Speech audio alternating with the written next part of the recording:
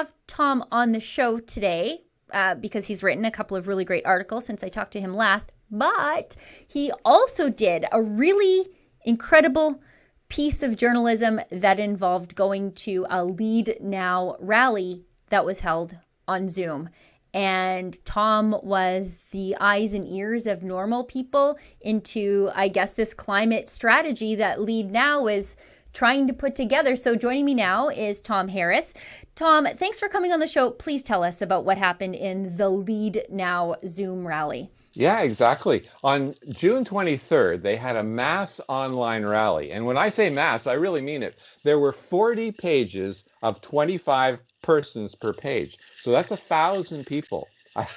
I've never been on a Zoom call with 1,000 people before. And apparently on Facebook, there were others. So there was easily way over 1,000 people. And they called it Just Recovery for All. It was organized by Lead Now, 350 Canada, and Climate Action Network and Sierra Club BC. Now, they're just four of hundreds of groups that are calling for what they consider a just recovery out of COVID-19.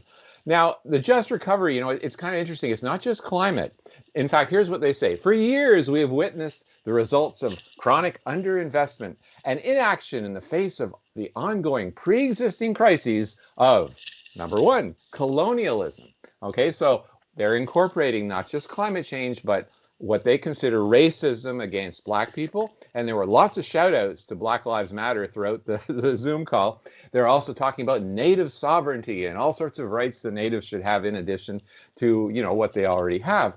They were talking about human rights abuses, migrant workers coming to Canada, and oh my goodness, they're not getting all of our services, even though whether they should be here is another question. Social inequality, rich versus poor. There was a support for socialism being broadcast throughout. And then, of course, they're linking it all together to environmental degradation and climate change. So they want to reshape our entire society, not just a little bit, but radically. And I'll tell you a little later why we should be quite concerned about this, because when they can get 1,000 people on a Zoom call, they can bring in the Minister of the Environment actually appeared, Elizabeth May, various other MPs that we can talk about later. We have to take them pretty seriously because, boy, they got a big movement. So the Minister of the Environment, the federal Minister of the Environment, was involved in this call that's basically denouncing Canada as racist and basically saying for a complete and total phase out of the fossil fuel industry here in Canada, a major segment of the Canadian economy. And I also think it's quite interesting that a bunch of white environmentalists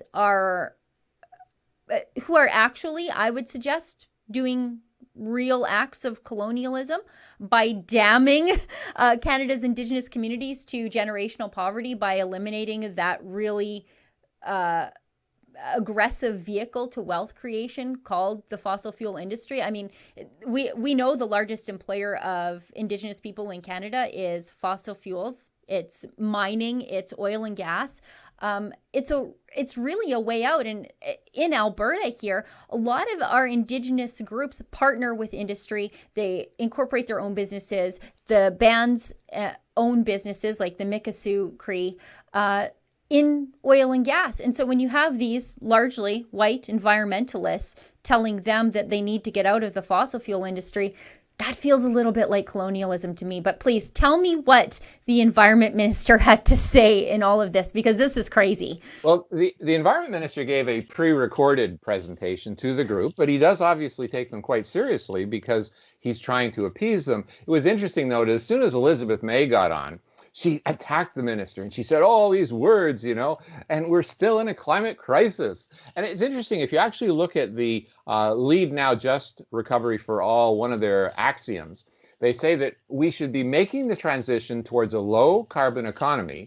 Canada will therefore be more prepared for any future crises. Well, how can you be more prepared for future crises if you get rid of your least expensive, most abundant, most reliable sources of energy?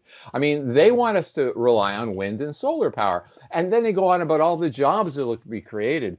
But it's interesting, Sheila, the people leading this call were all very young, either late teens or in their 20s, early 20s.